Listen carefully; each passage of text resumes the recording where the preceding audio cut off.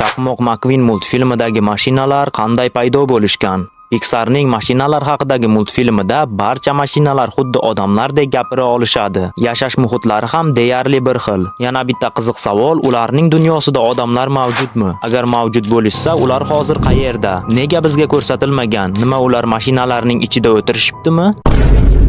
Aynan shu savollarga video davomida javob olasiz. Teoriyalarga ko'ra, ushbu olamda ham qachonlardir odamlar mavjud bo'lishgan. Texnikalar va sun'iy intellektning rivojlanishi oqibatida esa ular qirilib ketishgan. Mashinalarning ichida odamlar o'tiribdi va ularni odamlar boshqaryapti degan gaplar esa noto'g'ri. Mashinalar 2 multfilmidagi Metr bilan suhbatlashgan Selin Defare nomli mashinaning ichki qismi bizga aniq qilib ko'rsatilgan. Ko'rishimiz mumkinki, uning ichida hech qanday odam yo'q. Mashina o'zini o'zi boshqarmoqda, lekin mashinada boshqaruv uchun mo'ljallangan rul mavjud. Mashinalar o'zini o'zi boshqarsa, unda ularga nimaga rul kerak? Bu shuni anglatadiki, mashinalar olamida qachonlardir odamlar bo'lgan va ularni boshqarishgan. Ba'zi bir teoriyalar esa mashinalar dunyosini alternativ olam deydi, lekin bu odamlar yashaydigan olam faqatgina hozirgi kunda anchagina rivojlangan va o'zgargan. Endi esa mashinalar qanday qilib paydo bo'lganligi haqidagi savolga o'tsak, bu haqida Pixar studiosining kreativ direktori Jay Warddan so'rashgan va u bu savol quyidagicha javob bergan.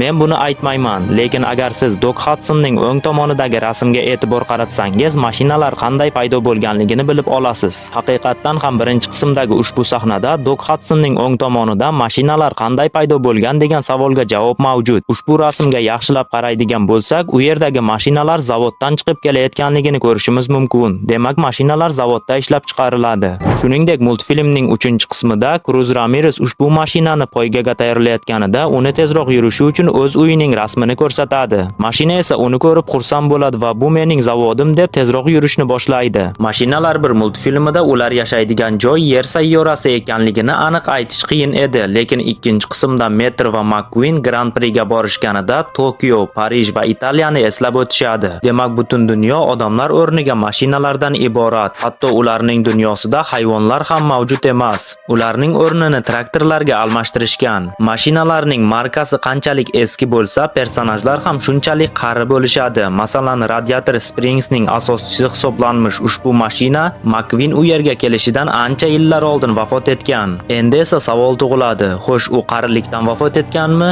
Albatta yo'q, chunki mashinalar qarimaydi. Qarishi uchun esa tug'ilishlari kerak. Ularning organizmlari temirdan bo'lganliklari uchun bunday bo'lishi mumkin emas. Mashinalar multfilmida bizga ko'rsatilgan barcha mashinalar qanday ko'rinishda bo'lsa, zavoddan chiqayotganda ham xuddi shunday ko'rinishda bo'lishgan. Multfilmda har xil kichkina mashinalarni ko'rganmiz. Ular yosh bolalar emas, balki real hayotdagi kichkina mashinalarning prototipidir. Demak, mashinalar qanday ko'rinishda bo'lsa, xuddi shunday ko'rinishda zavodda yasalgan. Yillar o'tgach esa mashinaning ehtiyot qismlari eskirish oqibatida mashina ishdan chiqadi va shu tariqa vafot etishi mumkin. Multfilm avtorlaridan biri mashinalar olamining barcha sirlari va savollariga javob beruvchi hujjat bizda mavjud, lekin biz uni taqdim eta olmaymiz. Chunki odamlar multfilm ko'rishdan chalg'ishi mumkin deb aytdi o'zining intervyularidan birida.